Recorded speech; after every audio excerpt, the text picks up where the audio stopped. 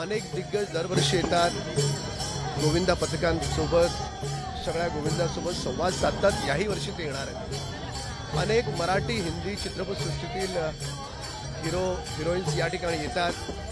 वास्तविक घाटकोपरनीच या गोविंदाला एका वेगळ्या स्तरावर नेण्याचं काम केलं. कारण 15 वर्षी ज्यावेळेस आम्ही सुरू केलं होतं तेव्हा महाराष्ट्राच्या गावागावात गोविंदा होत नव्हता, पण ते आता पूर्ण गावागावात पोहोचलेलं आहे. सुरक्षितता तेवढीच महत्त्वाची आहे. आम्ही काय करतो आहोत की घाटकोपरच्या घराघरामध्ये डोक्याच्या केसापासून पायाच्या नखापर्यंत सर्व प्रकारची तपासणी मोफत करतो आहोत. आणि मोफत तपासणी झाल्यावर त्यांचे जे ऑपरेशन जे आहेत ते ऑपरेशन्स देखील आपण मोफत करून देणार आहोत. तर त्याच्यामुळे आरोग्य हीच खरी संपत्ती आहे आणि आई वडील हेच खरे परमेश्वर आहेत असा संदेश देणारी ही भारतातील सर्वात मोठी दहीहंडी.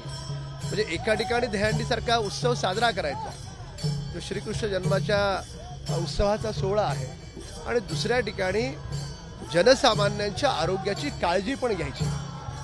आणि ज्या आईवडिलांनी आपल्याला जन्म दिला तेच आईवडील आपले खरे परमेश्वर आहेत. हा संदेश आम्ही गेली 15 वर्ष देण्याचा प्रयत्न करतो. आपण पाहिलं असेल शाहरुख खान पासून माननीय मुख्यमंत्र्यांपर्यंत सगळ्यांनी या गोपाळांसोबत प्रेरणा देत शपथ घेतली की आम्ही आमच्या आईवडिलांचा सन्मान करू, त्यांच्याबरोबर चांगलं वागू, त्यांना दुखवणार नाही. तर अशा प्रकारचा एक संदेश देणारी समाजहित, समाजाचं भान लक्षात घेऊन समाजहित जपणारी ही दहीहंडी. तुमच्याबरोबर अनेकांनी दहीहंडी सुरू केली, त्यातले काही जण आज ते उत्सव साजरा करत नाही, एवढ्या मोठ्या प्रमाणात साजरा करत नाही. तुम्ही मात्र सातत्य ठेवलं. कारण काय आहे या उत्सवाचं इतकं महत्त्व तुमच्या देखी का आहे? 2009 मध्ये ज्यावेळेस मी पहिल्यांदा दहीहंडी साजरी केली मला आठवतंय अजूनही, साधारणतः 8-1000 छोटे मोठे म्हणून बॅनर्स मी पूर्ण मुंबईत लावले होते. अगदी खोपोलीपासून ते इकडे अलिबागपर्यंत असे ते बॅनर्स लागले होते. फार मोठ्या प्रमाणात त्यावेळेस मी दहीहंडी साजरी केली.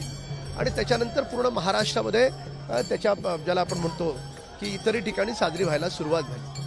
आता जे साजरे करत नाही आहेत ते का करत नाहीत तो त्यांचा विषय, पण ही गोष्ट खरी आहे की काही लोकांनी दहीहंडी बंद केली. कदाचित खर्च हे त्याच्या मागचं कारण असावं. एक राजकीय प्रश्न, काल महाविकास आघाडीची बैठक झाली.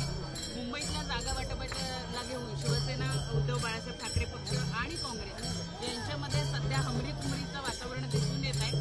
महायुतीचं जागा वाटप कुठपर्यंत आलेलं आहे आणि त्यांच्या हमरीतुमरीबद्दल तुम्ही काय सांगाल? आमच्या महायुतीमध्ये कुठलीही हमरातुरी नाही आहे. आमच्याकडे देव माणसं. आपण स्टेजवर पाहिलं असेल आदरणीय देवेंद्रजींचे मुंबईभरात बॅनर लागलेत आणि त्यांची देव माणूस म्हणून ओळख आहे.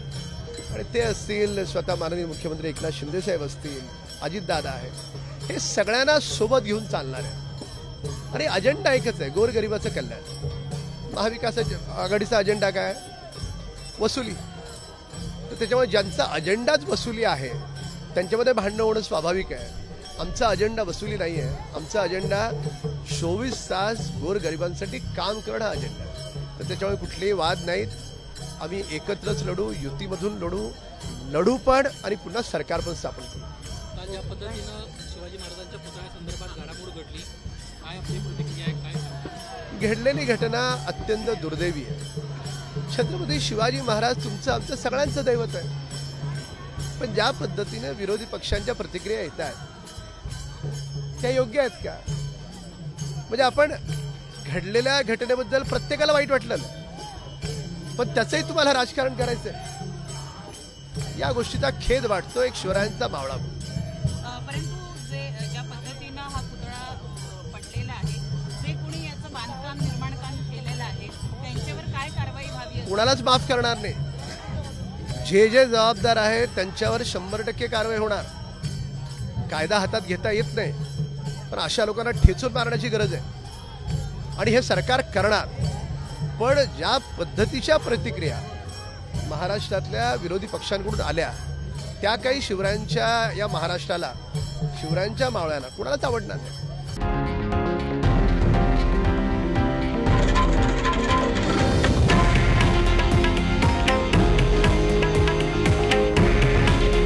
हे आहे देशातील नंबर 1 न्यूज नेटवर्क आणि आपण पाहत आहात TV9 मराठी.